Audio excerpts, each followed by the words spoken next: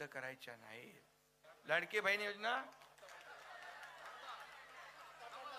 आलाय.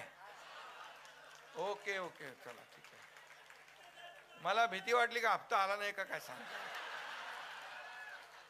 अरे म्हणून आम्ही आपण देणारे आहोत मी सांगितलं ना.